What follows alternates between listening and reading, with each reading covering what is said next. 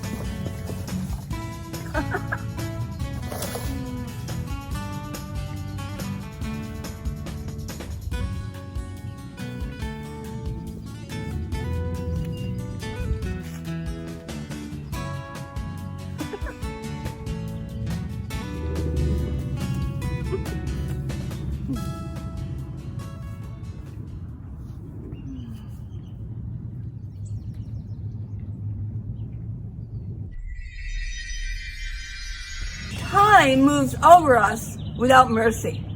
It doesn't care if we're healthy or we're ill. Like fire, it can destroy us or it can keep us warm. Now, every Amazon has a clock. We live or we die by the clock. And we never turn our back on it. And we never, ever allow ourselves the sin of losing track of time. Now, it's 1:50. We have 3 hours, 4 minutes, and 2 seconds before the end of the day package sort. That's how much time we have before this pulsating, cursed, relentless taskmaster puts us out of business. So tick-tock, tick-tock. Oh, Nikolai, look what you just did. You just delivered your first package. I know. Sorry, we got to do this in the car. I like the package. I like the bow.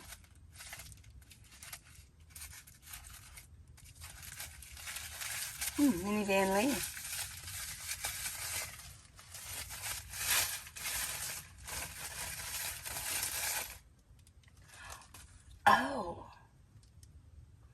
Oh my. Oh, this is terrific. You know what I'm going to do?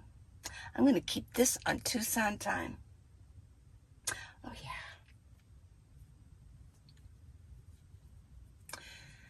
Well, I gotta go. I'll be right back. Oh, crap. My phone died. Oh, man. Well, gotta go get this powered up. Now I've run out of gas.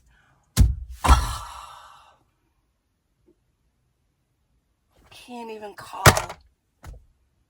Wow. Okay.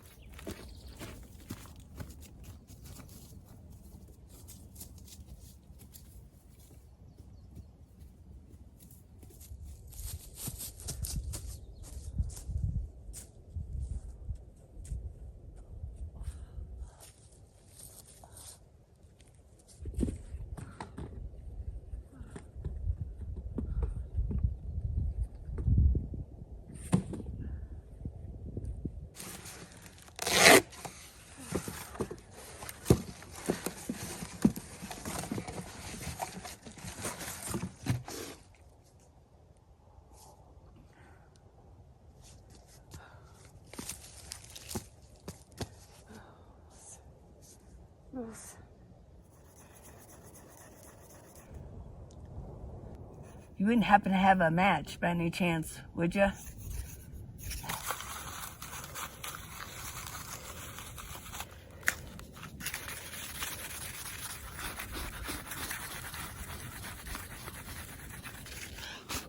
Oh! The air got to it. The air got to it. I was driving from Flagstaff, 5 hours, 75 miles per hour. Now, I lost cell service here, but I walked aimlessly for about an hour. So that's 50 miles squared, 250 miles times pi. That's about the size of Phoenix. They may never find us.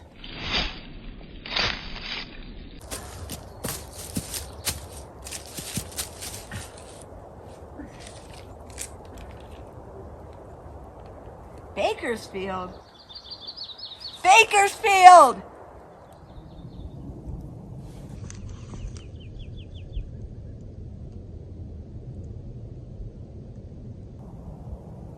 This could work. This could work. Okay, Wilson. We're gonna have to hitchhike a heck of a long way. We gotta make containers to store water. I'm gonna have to start saving up food for the trip. No, we got time. We got time. Yeah. Never turn your back on time. Don't commit the sin of wasting time. I know. Do you have to keep bringing that up? Can't you just forget it? You were right. You're right. It's a good thing we did the test. Because I would have died. I could have broken my leg or my neck and my back. So let's just forget it. What's your point? We might just make it out of here. Did that ever cross your brain?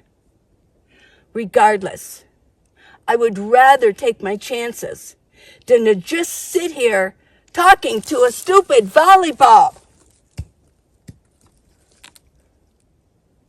Wilson! Wilson! Wilson! Wilson, where are you? Wilson! Wilson! Wilson! Wilson! Oh, never again. Never again.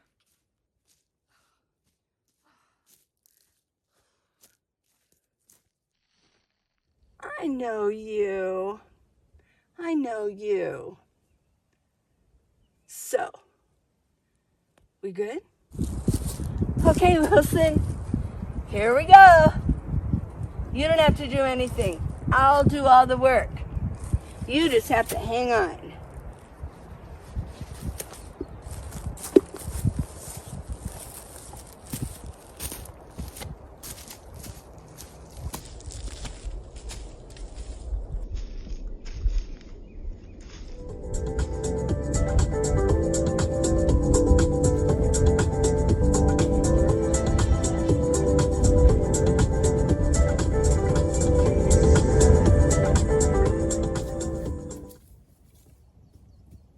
You look lost.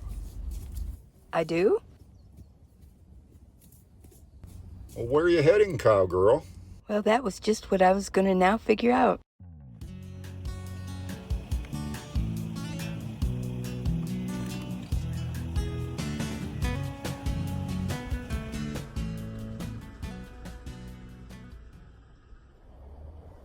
Today, I want to talk about being lonely as a nomad. I did get a letter. It said, I am a new nomad and I am out here and I'm traveling and I want to go back to where I came from because I'm too lonely out here. So I want to give some tips on ways to connect because that's really where it needs to happen. You want to make those connections. Well, I want to talk about the best way to make a connection. And that is in Courtside. Do not go to Courtside in the summer. I mean, it gets up to 110, 115 degrees in the summer. Nomads go to Courtside in the fall, the late fall, around end of November and December. And they go all the way through. By the time that middle March, people start getting out of there. It starts warming up big time. So it's only during part of November, December, January, and February. 4 good months, right? 4 good months. Now, I don't know, last year, Paul and I were traveling together and we went around October. It was like getting towards the end of October. Oy vey shmira. It was horrible. The flies It was hot. I started feeling like I was like becoming dehydrated. It was just too much. And why was it too much out there in Courtside when we ended up going to Tucson? What would be the difference? There's sort of the same climate going on. Well, Tucson has shady spots all over the city. Courtside has no shade.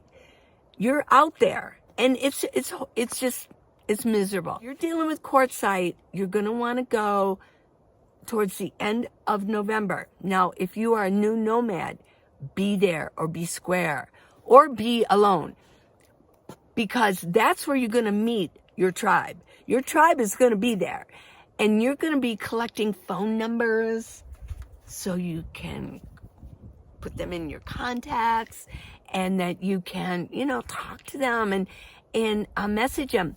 And I will mention, Max was the first friend I ever made in Courtside. It was during the RTR, and I met him, and I would just walk up to everybody, because that's just me. I was walking up to people, and he had a minivan, so I thought, oh my gosh, I got to go meet this person. We exchanged phone numbers, and even after we both left the Courtside area, we still text each other. Well, where are you now? What are you going to do? We would meet again, and we have remained friends, very good friends. So that's where you're going to start collecting your friends. Now, this year in Courtside, we had the meetup, Minivan Leads This Nomad Life meetup. And oh yeah, a lot of people wanted to meet me, Minivan Lee. But my goal was that you got to meet each other. And you did. That we probably all together, I think we counted all together people that came, they stayed a couple days and left. We had 52 people there. There are still people that are still connected, and they're, talking to each other. So be there this next year. We're going to have another meetup, or be square. Be there, be square. I know, isn't that so cliche, isn't it? Oh, anyways, who cares, I heard somebody say one time that I read this list of things of sayings that are no longer, you should never say anymore. One was like, whatever, or it is what it is. It is what it is. I'm going to say whatever I want to say, Let's just say that everyone's out. It is what it is. And it's the truth. Those are things that you can't explain. It just is. So, but yeah, be there, be square. So be there. That's a good connection that you're going to gain. Yeah. And there's a lot of happenings in Courtside. I mean, if you go back on my videos and you go into like the ones on January, February, they're all about Courtside. There is so much going on in Courtside during that time. And you're not just going to meet people that are like in your same, maybe like you have a SUV, or you're in a tent, or you're in a minivan. You're going to meet people that are in Class A's, Class C's. Oh yeah. You're going to meet all kinds of people. And that's really where it's at. Good diversity. Yeah, to meet people. Well, let's talk loneliness. I'm rarely lonely. Every once in a while I do feel lonely. But I'm rarely lonely. I lived a long time by myself, for years. After my last son, after my youngest, and he moved out, I just lived alone. And I was not lonely at all. I was alone, but I wasn't lonely. So what was my experience as a new nomad? Well, here's what I did. There would be times where I didn't say hi or talk to anybody. I'd be in my van, or I'd be doing my own thing. There were times where I didn't talk to anybody, maybe till around like 11 or 12 o'clock, and I would go to use my voice, and it would almost kind of crack. It's like, whoo, I got to use my voice more. But if I went into a store, I would always say something to a clerk. And at least I was being social, like, oh, I love your hair, or how are you doing today? Oh, thank you, that was very nice. And you can strike up that's a very short conversation. I guess they call that small talk. And of course, the clerk doesn't have that much time, but it made me feel social. It was something. It was something to interact with another human being. And of course, I was at Planet Fitness quite a bit. And so what I would do is when I would go there, I'd ask them how they're doing. And then when I would leave, or sometimes just on purpose, I would ask him a question so that I could strike up a conversation. So that we're social creatures, and we want to talk to other people. Now, in just a minute, Max is going to mention his experiences when he was a new nomad. And we talked about the loneliness factor, whether we were alone or whether we were lonely. Another good tip, if you are lonely and you do like pets, is to travel with a little dog, even a cat. I think for me, if I was going to get a pet, it would definitely be a very small dog. It would be nice. I think it would be fun to have and I do love dogs. I have complained about dogs in the past, that people don't pick up their poo, or, they bark at me or they charge at me or something like that. But I do love dogs. I really do. And of course there's Abby, my true love of a pet, is Abby. Now, when I was in Reno, I will mention, when I was in Reno, you all remember Red, if you went back, like a couple years. Red had a Chihuahua named Sapo. Sapo passed away a month ago. I was very sad about that. I really enjoyed Sapo. I used to help walk him. Every once in a while I would walk him, and he was used to me. And Red was very, very sad about that. Yeah, it was very sad. Well, so that's going to help in not being lonely, and you can talk to your pet. I know Paul mentions, he goes, I talk to Abby. She never talks back to me, but I talk to her quite often. And so, so we'll see if I actually do get a pet. But it is a good solution to having somebody to talk to, somebody to care about, and somebody to love. Yes, I wrote down some notes. No, I won't forget them. I don't memorize every little thing, so I've got some notes here. Now, I did look up about loneliness. I went online, and what's up with loneliness? One good tip on loneliness, if you're feeling loneliness, is a state of mind. It is not how many friends or family members you have around you. It's a state of mind, yes. And one of the reasons why you might be feeling lonely is that you are not being, you don't feel like you're your own best friend. You want to be your own best friend. That way, you're not going to feel so lonely. You're just like when I lived alone, and Max mentions it too in his little section here, that he lived alone for years, but he never felt lonely. I never did. One of the times when I've felt lonely is when there are people around me, but I don't feel like I fit in. I just don't, And so one of the things is when you feel lonely, you don't feel that you're being valued.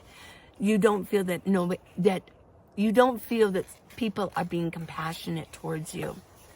So the solution to that is to go out and show somebody else value. Go out and show somebody some compassion.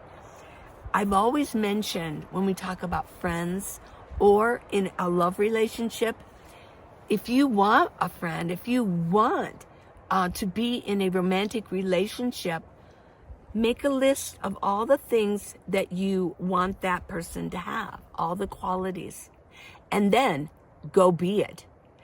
That you will attract, that was energy. You will attract that energy to you.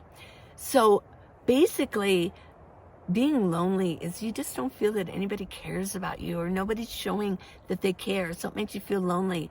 You could be at a party with a bunch of people, but if you don't have the true confidence, you might be backed up into a corner, what they call the wallflower, and you put yourself in that position of being a wallflower. Well, people are going to sense that, and they're not going to go up to you. That they sense that you want to be alone. So do you want to be with other people? That you have to, okay, so there's that fact. Go out and be compassionate to somebody else. Show somebody else some value. Say something. Give them a compliment. And then you're just going to kind of like fit right in there in the party. What's the next one? Yeah, be your own best friend. Learn to be your own best friend. Be kind to yourself and do things for yourself. Do you need to clean up? Maybe you just don't want to take a shower. Go take a nice hot soaking bath. Be kind to yourself. Lotion yourself up. Go have a nice little treat for yourself. Make a good, healthy, nutritious dinner for yourself. Go out to eat by yourself. Yes, you can go out to eat by yourself. I think that's common nowadays. Before it wasn't, but I think that's pretty common now. And then, like I said, find your tribe. Those are people that have your common values and have common interests, common hobbies. And what better way to find your tribe than to get to Courtside in the winter? One last thing is to remember there are no perfect friends out there because there's no perfect people out there. And so don't just expect everybody to be perfect. If you've made a friend, and as long as you think, well, we do have a lot in common and we have some of the same value systems, but they do maybe something kind of quirky, or you think, that's kind of weird. Yes, people have flaws. And just go ahead and accept them. You don't have to be with them connected at the hip all the time. And nomads usually don't anyways. But they're going to be a good support system on social media. You can text them. You can call them. You can say, hey, I'm going to be here. Where are you going to be? Well, maybe a week later, you could say, well, I was going to be there in a week. But if you're not going to be there for 2 weeks, I can wait a week and go be there. So yeah, those are some tips on being unlonely. Is that a word? Unlonely. Are you lonesome tonight? Well, are you lonesome during the day too? Yeah. You don't have to be. You can be alone, but don't be lonely. Get online. Go have your friends on here and say, hey. Let's see who I can make a message to. Say, hey.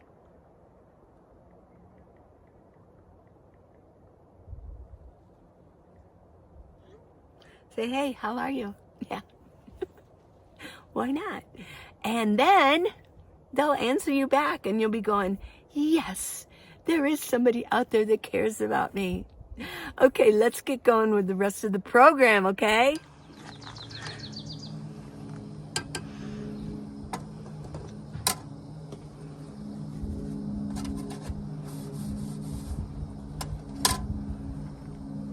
Been sorting all day. Sorting your things, huh? Doing okay. Well, you've been busy. I feel like I'm getting something done. That's good. Very nice.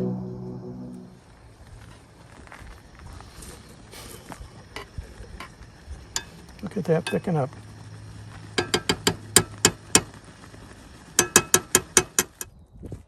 Pork and beans with Please, sir, may I have a pie? maiden. Maiden may partake of my mixture. Thank you. You're welcome.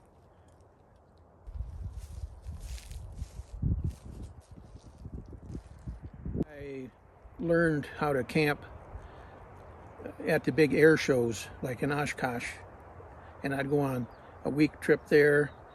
I went 32 times, years, and then I'd take 3-day visits to state parks, and a lot of times I was alone. I didn't really meet any other people. This was in Michigan, right? Yeah, and I just enjoyed being the tourist. I'd go down to the beach, swim, hike. So it wasn't until I tried a 3-month camping trip out west in the winter of December 2018 through like March 2019. Went back, sold my house, got on the road again in July for 8 months until COVID hit. But during that time, I ended up meeting you, Lee. Yeah. because I was camping alone again, all the way across South Dakota, Wyoming. I went through Idaho, and then I ended up in Reno and miraculously found you because I saw the name Idlewild, which there's a town of Idlewild in Michigan that I go through when I go to the lake. So I drive in and come to find out you were camping there too. Yeah. And we were there about 10 days. Then, and we had like 8 people in our little grassy knoll group. The grassy knoll people. And then, the gnome people, yeah. Then I got word that there was a caravan in Flagstaff here, so I drove and joined up with about 20 people. And I made several new friends. And ever since then, I've been camping with portions of that first group, either in Courtside, possibly Yuma, and then, of course, here in Flagstaff and in Lake Havasu City. So I've been on camping with other people almost always until I came up here. I didn't know you were going to be here when I arrived, but it was the next day. And it was so nice to have a friend, company. And here's the thing. I lived by myself for many years in my house. I got kind of used to being alone. And I have hobbies. I build model aircraft. I like to read. So I've been able to occupy myself. And I would go into town, meet people for lunch now and then. Co-workers where I used to work, we would meet. But I can do pretty well by myself. It's no big deal. I know I'll see someone down the road. And I can always get on the phone and call somebody. I might mention this. Before Facebook, I didn't know my grand nieces and nephews' names. And so now, because I have my niece and nephews on my Facebook, I know their children's names now. And it's kind of cool. And I have texting I can do, messenger. It's not like I don't have to be alone. I can actually converse with somebody without a telephone, for instance. But I just don't know. I don't feel that lonely. This nomad lifestyle, you can meet new people all the time. You can meet a new person every day on the average. So personalities can be a little bit of a problem. Some people are kind of ornery sometimes, or they're impatient. They're not people, and they may have trauma. I call some people walking wounded. They're out here because they escaped from a bad situation, or they were cheated out of a house, or they were lost a job, and they're just kind of surviving. And you can do that out here if you have a certain amount of income, anywhere from 500 to 1,000. You can live out here just fine. So, do you get along with them pretty good? Yeah, I give them a lot of leeway. I'm very patient with people, and I accept their maybe idiosyncrasies. And God, look at me, you know. I like to think I have a decent sense of humor. It's kind of ironic, sardonic. Right. Yes. Well, yeah, we became friends. You were the first friend I met at the RTR, or during that first trip to Courtside. You were my first.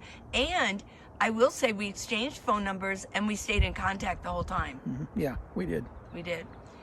So we've been friends for almost 3 years now. Mm-hmm.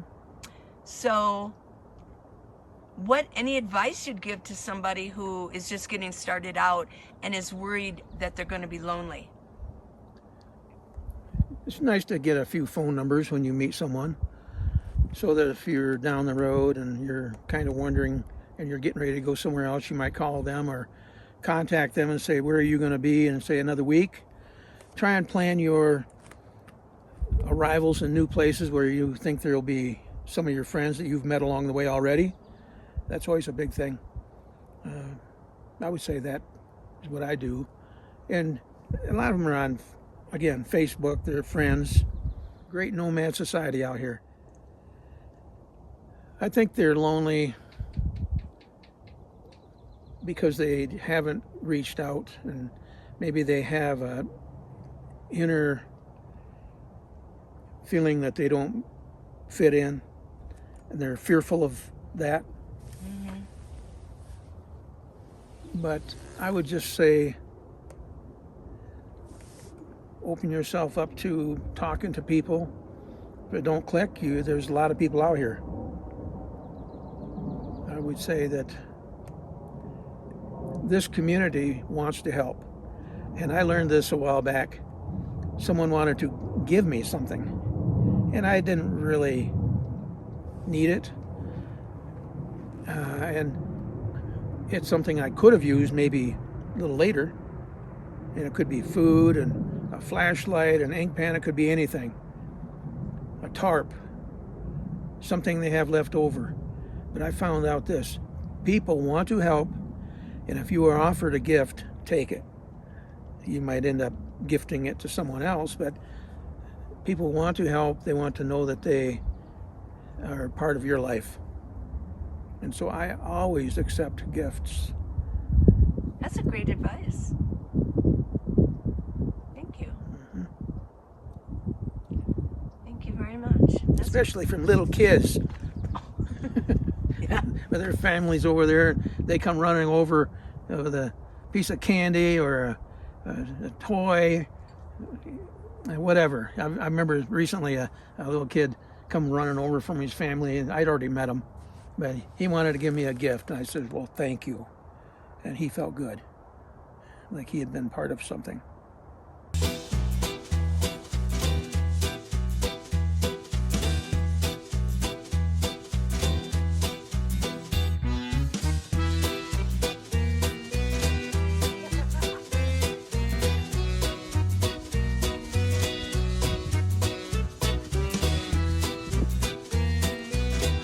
Well, thanks for watching, everybody. Thanks for spending time with me today.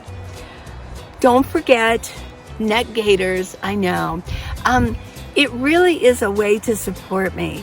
It really is. And also we got the arm gaiters, and especially the exercise videos.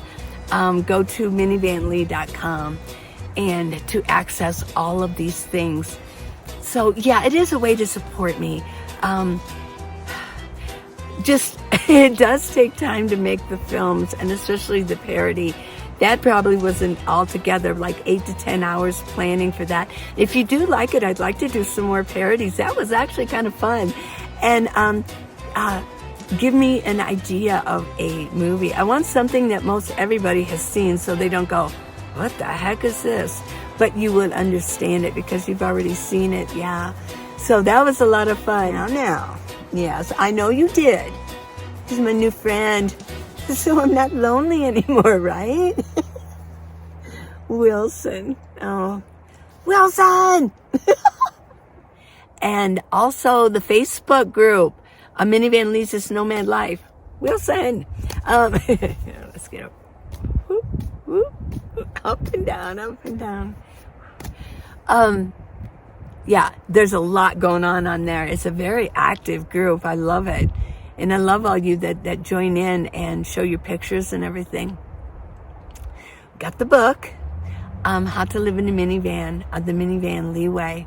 Yeah. So if you want to give a gift, on minivanlee.com, I'll leave the link that you can give a gift to all different amounts, and I really appreciate it. I really do. And it does keep me going, because if I do this full time and go through a lot of filming and editing, it really is hard to work an extra job too. So this is my job. But I'm happy to be informative for you and be entertaining for you. And please give me ideas down below of what you want to see. And send me letters. I will be happy to answer them. We can talk about them here so that everybody else can join in too. Okay. Please subscribe and give me thumbs up. It really, really does help. I love you guys. Mwah. See you next video. Bye.